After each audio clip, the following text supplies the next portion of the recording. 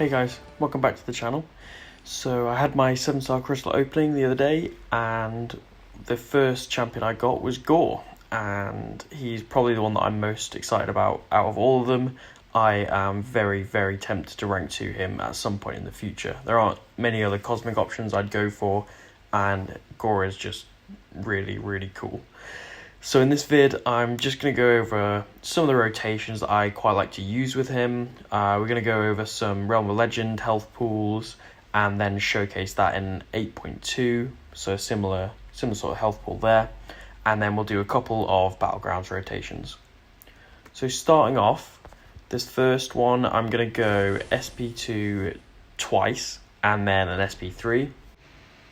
And in each of these rotations, what I do to start off with is I just parry and 4 light attacks. Each of those cycle through the buffs that you can see on the left hand side, those black buffs. And that means that on your second medium, you can apply a debuff per corresponding buff that you've got. So I usually get to about 2, and then we start going for the double mediums. Means that we can stack up some nice debuffs, and that'll start ticking away the damage. Using an Sp2 gives you a fury buff per unique debuff on the opponent plus 1, so we've got 4 here. It really does start to add up, actually, that attack, and each time you throw a special attack after that, you refresh the duration of those buffs, so you can really start to stack them up. Whenever you use a special or the opponent uses a special, all of your shadow magic buffs are paused, which really helps with the upkeep. And then now that we've got him low enough, we're going to go for a heavy attack, which when you have 20 debuffs on them, gives you a power gain buff, which gets you right to L3. The L3 does a ton of damage per debuff on the opponent.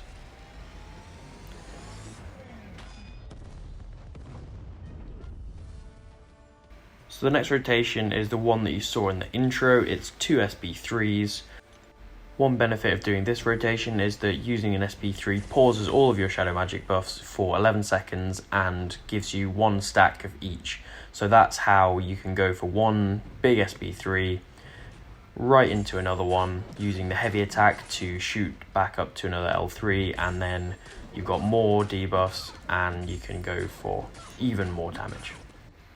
I do really like having a striker with Gorr. It means that you can get a heavy attack without needing to get a parry or a heavy counter. It's just a really safe way, and you can either use it to get that heavy counter, or you can use it to keep up the tempo if you wanted to go for a few mediums before an L3, for example. But we've got to the L3 now. We've got lots of debuffs on them, so it's going to do a nice chunk of damage, but the real damage comes in this next one. So like I said before, the Sp3 is going to pause my buffs, add more, and it means that we can stack on even more debuffs. So I'll go for the striker, then we can heavy attack right away, and then bait out this special, go for a double medium, go for 1 more, and then we've got a lot of debuffs on Captain Marvel, and this Sp3 is just going to destroy her. In questing content, the skip special 3 button is your friend with Gorr. You're going to be throwing a lot of these GodBombs, but just for this video, I just wanted to show what it looks like without that. So that was only 1 second slower than the first one, so all these 3 rotations that I'm showing are all going to be pretty similar in terms of time. It's just what you prefer to go for, really. The last one that we're going to do is an Sp2 into an Sp3, and then using those additional stacks of shadow magic buffs that we get from the Sp3, along with the 11-second pause, it means you can just, instead of focusing on specials, you can just focus on the damage over time, and it can really start to tick down.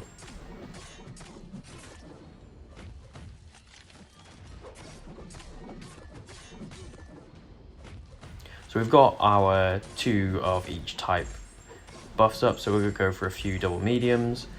Then we're going to go for the Sp2. Once we've done that, we've got the Furies up. We can then go for a heavy attack, get right to the L3, and then focus on the debuffs. So we've got the heavy off. That shoots us right up to the L3. Go for 1 more double medium just to get a little bit more attack out of it, and we'll go for the L3. And one thing to note just about this sort of rotation is you might think that relying on 3 different types of damage over time could be quite bad if you come up against immunities, but Gorr instead just stacks up degeneration debuffs, so he gets around that pretty well. And as you can see, we've got all of those buffs, we're just stacking up the debuffs, and you can just see him kind of tick down, and that closes out the fight.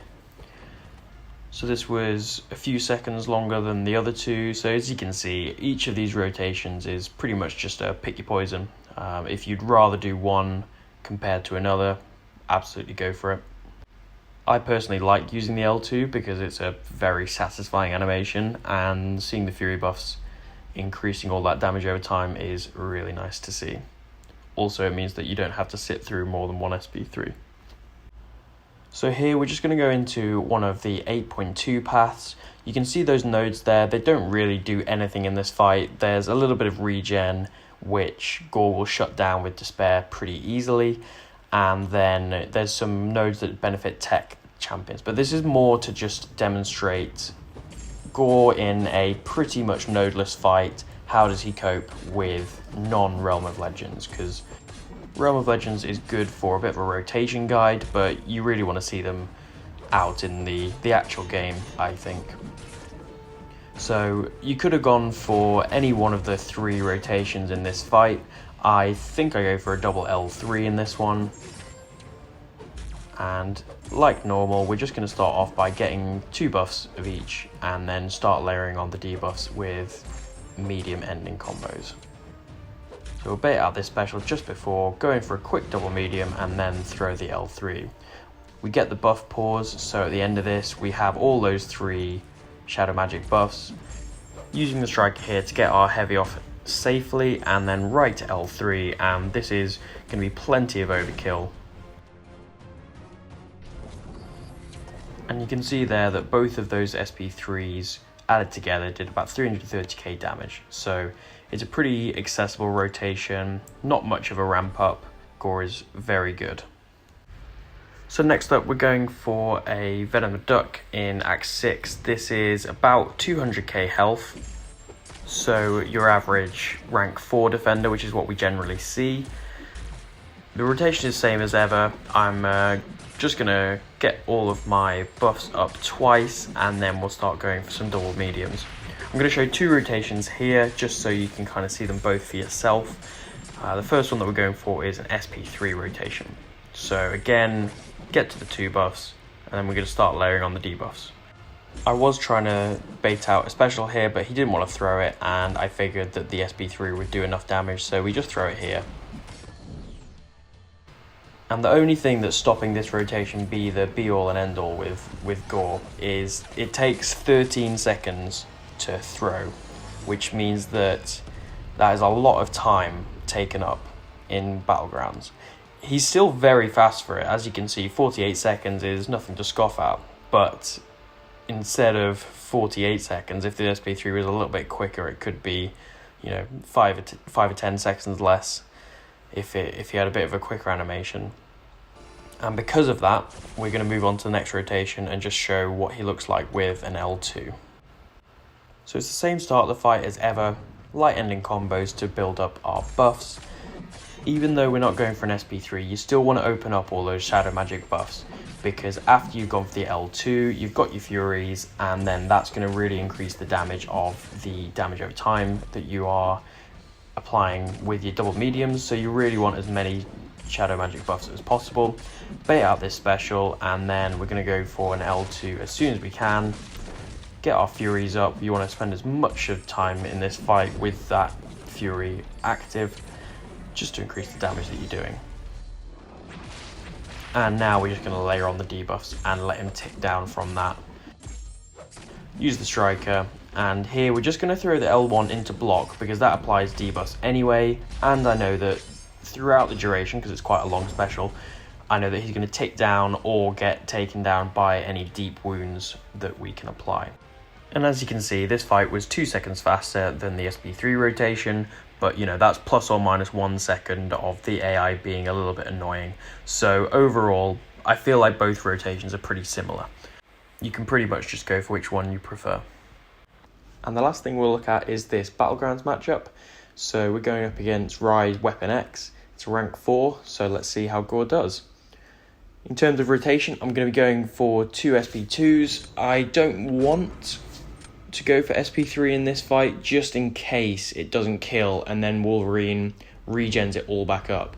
His regen rate can't be modified except by poisons, so he can control it a little, but it still does pose a little bit of a threat. So we'll go for all of our light ending combos. It does mess up the radiation a little bit just because we can't keep the tempo, but we've got almost all of our buffs, and we're going to go for a big SP2 now. The SP2 keeps us far away, so we can deal with that unstoppable counter, not too bad. And then we're just going to keep on layering on the debuffs. Wolverine's very aggressive for Gorr, so that's very nice. It means we can keep the buffs up a lot easier and keep the debuffs stacking, just as long as you can get your openings. And we bait out this heavy, go for an L2, and we finish off the fight. So not too bad for our first 7-star Gorr. Over the next few days, I am planning on doing a few compilations of all of my 7-stars in BattleGrounds, just testing them out and seeing what they can do, so keep an eye out for that. But 53.5k for a Weapon X is not too shabby at all. So that's the end of this little Gorr showcase. I'm very happy to have pulled him as a 7-star. I would love to get him awakened. I think I'll probably rank to him at some point unawakened regardless. The dupe does add some nice utility, but on his base, he's still just a beast. So really happy with that pull. Hope your pulls were as good, if not better. And let me know if there's anything in particular that you want to see with Gorr. But thanks very much for watching, and I will catch you in the next one. Cheers.